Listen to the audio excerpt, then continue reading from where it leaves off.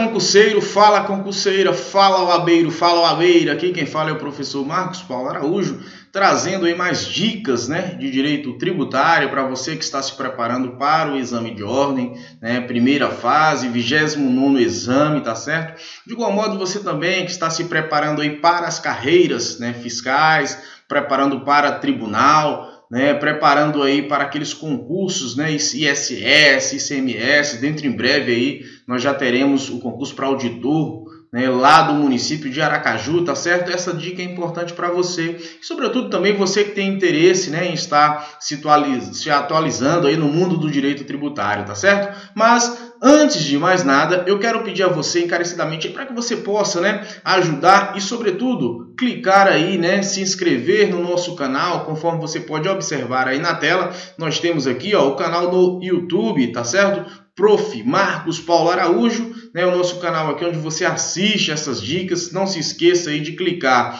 lá no sininho, né, para que você possa estar recebendo estas notificações semanalmente, vídeos novos, vídeo aula, tá certo? A preparação é algo realmente diferenciado, né? Onde não pode haver cansaço. Nós sabemos que cansamos, mas você não pode desistir. Você tem que manter o seu foco para que um dia você possa lograr êxito na sua aprovação, quer seja na OAB, quer seja no concurso público, tá bom? Então não se esquece, já vai desde já clicando e se inscrevendo no canal, clicando no sininho, compartilhando este vídeo caso você goste, tá certo? Compartilhe para que outras pessoas também possam ter acesso, para que outros candidatos possam ter acesso. E candidato, quando eu falo de OAB, principalmente, nós sabemos que não existe o que? Concorrência. Você é o seu candidato, você é o seu próprio adversário, né, durante essa preparação. E toda dica é válida. Por quê? Porque, na verdade, quantos e quantos relatos eu recebo de pessoas que ficaram, na verdade, por uma única questão. Poxa, professor, fiquei com 39 questões na prova da ordem. Peraí, então eu tenho certeza que se você prestar atenção no que eu vou te dizer aqui agora sobre as fontes do direito tributário, e isso cai realmente em prova, cai em prova de concurso, cai na OAB, porque se você observar nos editais, consta justamente isso lá. E eu espero que você não erre, tá certo? Não erre essa questão na prova. Se inscreva também aí, ó, me acompanhe, na verdade, no Instagram, né, @prof.marcosparaújo, bem como no Facebook, prof.marcospauloaraújo, tá certo? Não se esqueça de estar acompanhando nas redes sociais e eu com certeza estarei fomentando cada vez mais essas dicas aqui, tá bom? E o que eu trago aqui hoje? Nós vamos falar, como eu acabei dizendo, são sobre as fontes do direito tributário, né? Na verdade, como nós sabemos que são fontes do direito tributário, as fontes nada mais são do que a origem desse direito, né? A gênese, é de onde ele nasce, é de onde parte tudo isso. Então, portanto, quando nós estivermos falando, o examinador estiver falando lá de fontes do direito tributário, nós estamos falando da origem do direito tributário, tá certo? E essa origem, na verdade, o que acontece? Ela é utilizada como fundamento da norma jurídica. Então, a fonte do direito tributário, ela é usada como fundamento da norma jurídica. A professora Maria Helena Diniz traz para a gente o seguinte, olha, vai dizer que as fontes, na verdade, se subdividem em fontes materiais, bem como as fontes formais, tá certo? Então, nós temos as fontes materiais do direito tributário e temos também as fontes formais, né, do direito tributário. Mas, professor, o que são fontes materiais e o que são fontes formais? Vejamos, então, o que são fontes materiais. Memorize. As fontes materiais são fontes de produção do direito positivo, consistem no conjunto de fatores sociais. Então, portanto, as fontes materiais consistem no conjunto de fatores sociais. Esses fatores sociais, na verdade, que acontece no contexto da sociedade, na verdade, é quem vai determinar o que? O conteúdo do direito, vai determinar as regras que estabelecerão, né, ou que serão estabelecidas para a aplicabilidade do direito, para que possamos viver no nosso cotidiano, no nosso dia a dia. E isso em se tratando do direito tributário. Nós sabemos que as normas de direito tributário, elas surgem com o propósito de quê? De estabelecer uma sede de limitação à arrecadação do fisco. Então, o direito tributário ele surge com esse propósito, justamente de conter a sede arrecadatória e colocar um limite. Tá ok, Estado? Você pode tributar? Pode sim, mas tem que ter um limite. Tem que existir o quê? Tem que existir parâmetros para que você possa exercer esse teu papel, né, elencado, ou melhor dizendo, permitido pela nossa Constituição Federal, tá bom? Então, essas fontes materiais são um conjunto de fatores sociais que vão determinar o que? O conteúdo do direito, não só o conteúdo do direito, bem como os valores, tá certo? Que o direito procura realizar no dia a dia, na vida de cada um, né? Pois bem, isso são fontes materiais. Agora vejamos, na verdade, o que são as fontes formais. O que são fontes formais, Marcão? Vamos lá?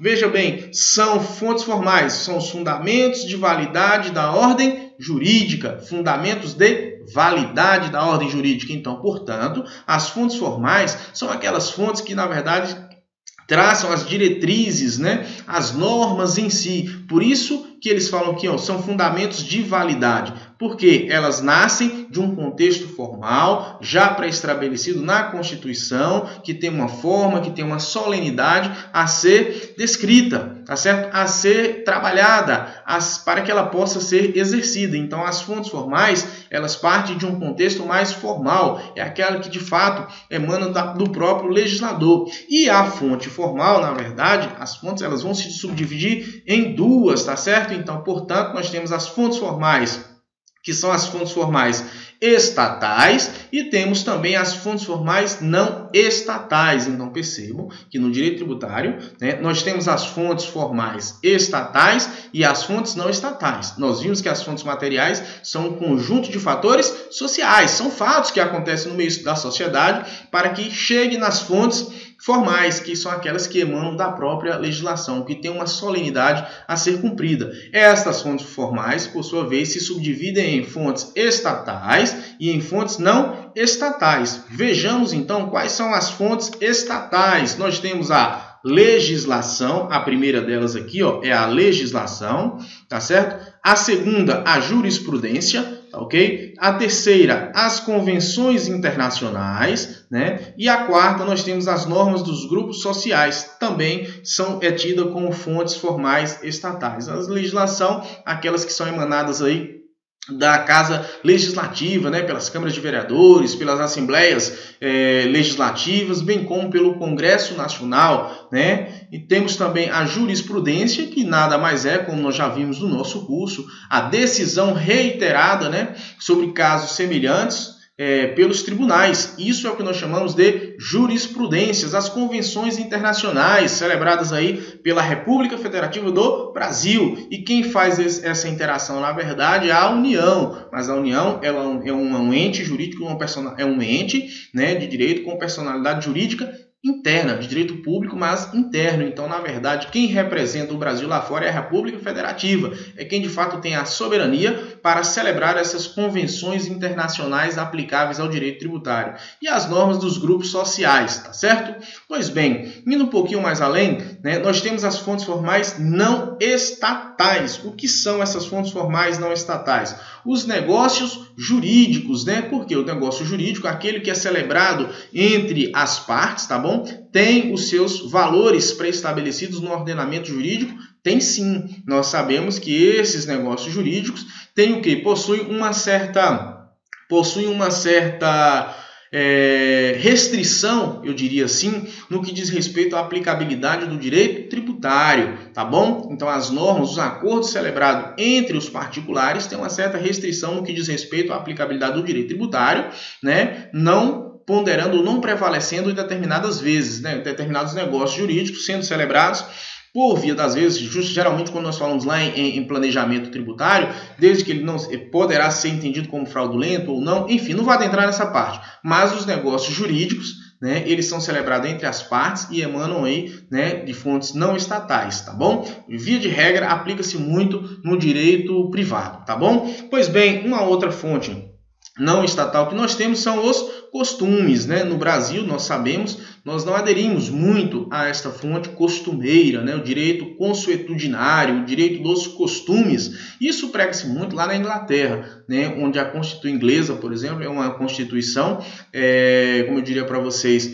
voltada para os costumes, né? Então, portanto, o costume lá em tese tem força de lei, o que no Brasil não acontece porque nós precisamos de quem? Das fontes formais, nós precisamos da legislação em sentido estricto. E temos, por fim, a doutrina, né? A doutrina, na verdade, também é uma fonte formal, não estatal. Por quê, professor? Porque a doutrina, na verdade, a doutrina nada mais é do que a interpretação dessas fontes da legislação, né, sobre determinados assuntos no direito tributário por parte dos especialistas, dos expertos, né, do expert, ou seja, daqueles que são estudiosos de determinado tema, tá bom? Então, nós vimos as fontes materiais, que são aquelas que emanam do conjunto de fatores que nascem no seio da sociedade, que, por sua vez, nós teremos as fontes formais. Estas fontes formais vão se subdividir em fontes formais estatais e não estatais, tá bom? As estatais são legislação, a jurisprudência, as convenções internacionais, as normas dos grupos sociais,